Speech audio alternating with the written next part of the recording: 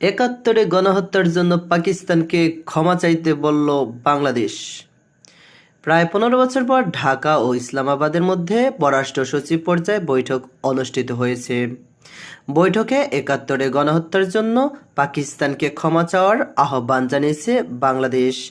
বৃহস্পতিবার 17 এপ্রিল বৈঠকে শেষে পররাষ্ট্র সচিব মোহাম্মদ জসিমউদ্দিন এক ব্রিফিংয়ে এই তথ্য জানান। তিনি আরও বলেন, বৈঠকে পাকিস্তানের সঙ্গে বিদ্যমান ঐতিহাসিকভাবে অমীমাংসিত বিষয়গুলো উত্থাপন করা হয়েছে। বিশেষ করে স্বাধীনতাপূর্ব বাংলাদেশের সম্পদ হিসেবে $4.2 বিলিয়ন ফেরত দিতে হবে, আটকে পড়া পাকিস্তানিদের প্রত্যাবর্তন, 1971 সালে পাকিস্তানের তৎকালীন সশস্ত্র বাহিনী কর্তৃক সংগঠিত গণহত্যার জন্য আনুষ্ঠানিকভাবে ক্ষমা চাইতে বলা হয়েছে।